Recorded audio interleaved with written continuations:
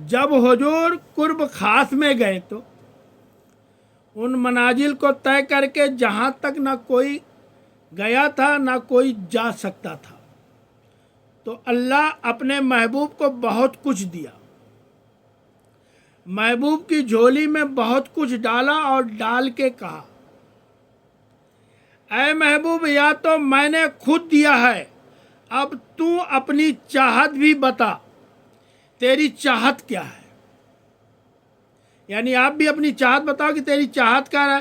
یہ مہمان نوازی کے تقاضے ہوتے ہیں نا، جو مہمان نوازی کے تقاضا ہوتا ہے نا، سب کچھ پیش کرنے کے بعد میزبان کہتا ہے کوئی اور، آپ کی کوئی پسند، تو سب کچھ دینے کے باوجود کہتا ہے پیارے بتائیں آپ کو کیا دیا جائے، آپ کو کیا دیا جائے۔ اب پھر حضور کی ڈیمانڈ دیکھیں، ہمارے نبی پاک صلی اللہ علیہ وسلم کی ڈیمانڈ دیکھیں، حضور نے مانگا کیا؟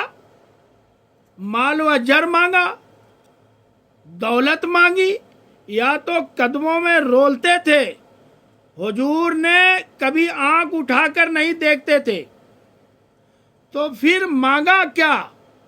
اے اللہ ساری زندگی میں کہتا رہا کہ تو میرا رب ہے، یا میں نے غاروں میں بھی کہا، طائف کے بازاروں میں بھی کہا، مکے کی گلیوں میں بھی کہا، برستے پتھروں کے سائے میں بھی کہا، میرے سر انور پر اجری ڈالی جاتی رہی، میں نے سر نہیں اٹھایا اور کہا کہ تم میرا رب ہے۔ سبحان اللہ،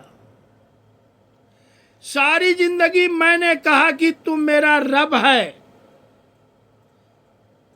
آج تو بھی کہہ دے کہ تو میرا بندہ ہے، یعنی اللہ سے درخواست کرتے کہ آج تو بھی کہہ دے کہ تو میرا بندہ ہے۔ سبحان اللہ، مجھے عبد کہہ کے پکار دے۔ مولا جیونی علیہ رحمت اللہ فرماتے ہیں، امام رجعی بھی لکھتے ہیں کہ یہ حضور کی پسند پر فرمودہ ہے، اور پھر ابدیات کا بندے کی طرف سے خود اظہار ہوگا،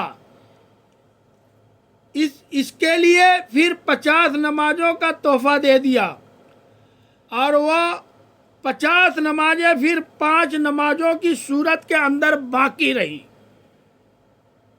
حضرت موسیٰ علیہ السلام نے عرض کیا تھا کہ ایک بار اور جائیں، لیکن میرے حضور نے کہا تھا مجھے اپنے رب سے حیا آتی ہے، عادت باری یا تھی نا، ہر بار 5 نمازیں معاف ہوتی تھیں،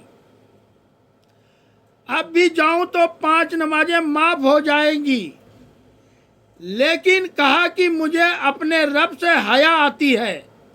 اب امت کو کیا حیا کرنی چاہیے کہ 5 نماز امت کے لیے رہ گئی، ثواب 50 نماز کا ہی ملے گا، اور معراج کا خاص تحفہ لے کر آئے اور کہا صلاۃ